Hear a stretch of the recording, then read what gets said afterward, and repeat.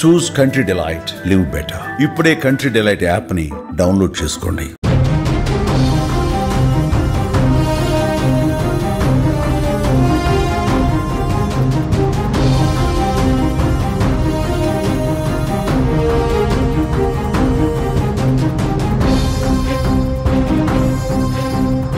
Pakistan army అధికారులకు యుద్ధ భూమిలో కొట్లాడడం చేతకాదు కానీ ఒళ్ళు బలుపెక్కి రచ్చగొట్టే వ్యాఖ్యలు చేయడానికి మాత్రం ముందుంటారు.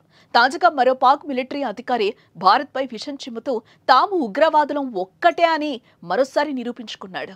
ఆ ఆర్మీ అధికారి ఎవరు, ఏం మాట్లాడారు అనే విషయాలు తెలుసుకునే ముందు ఉగ్రదాడికి ప్రతీకారంగా పాక్కు వెళ్లే సింధు జలాలను భారత్ నిలిపేశాక లష్కర్ ఏ తోయిబా చీఫ్ హఫీజ్ సయీద్ చేసిన వ్యాఖ్యలు ఒకసారి విందాం మనం.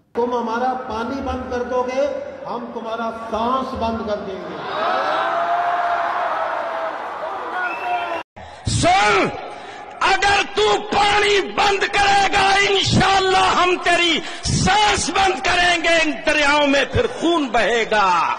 భారత్ తీసుకున్న సింధు జలాల ఒప్పందం రద్దుపై భారత్ను హెచ్చరిస్తూ హఫీజ్ సయీద్ చేసిన వ్యాఖ్యలివి.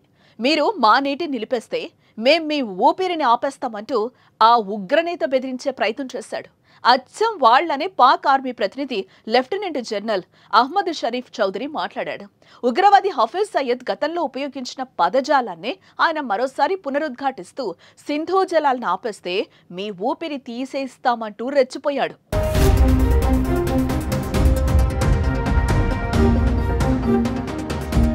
అహ్మద్ షరీఫ్ చౌదరి మాటలు పాకిస్తాన్ బరి తెగింపుకు మరో నిదర్శనం. భారత్ను రెచ్చగొట్టే విధంగా ఇలా కారు కూతలు నెల రోజులుగా కూస్తూనే ఉన్నాడు. యుద్ధం చేస్తే మాత్రం మోకరిల్లుతున్నారు. భారత దాడులకు భయపడి కాళ్లబేరానికి వచ్చారు. కానీ ఇలాంటి బలుపు మాటలు మాత్రం వారి నోటి నుంచి వస్తున్నాయి.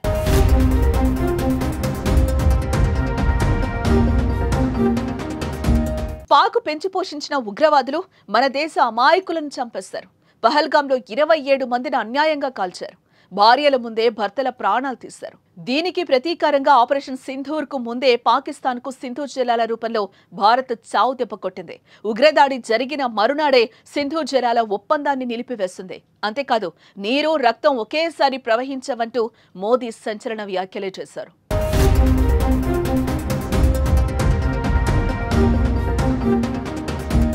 సింధు జలాలు పాకిస్తాన్ కు వెళ్లకపోతే ఆ దేశ పరిస్థితి ఏంటో వాళ్ళకు తెలుసు. సాగునీరు అందక అల్లాడిపోతారు.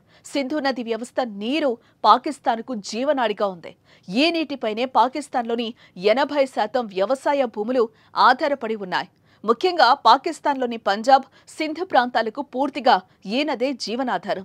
పాకిస్తాన్ పంజాబ్ ప్రాంతం ఆ దేశంలో 85% ఆహార ఉత్పత్తిని అందిస్తుంది. వ్యవసాయ రంగం ఆ దేశ ఆర్థిక వ్యవస్థలో 25% వాటా కలుగుతుంది.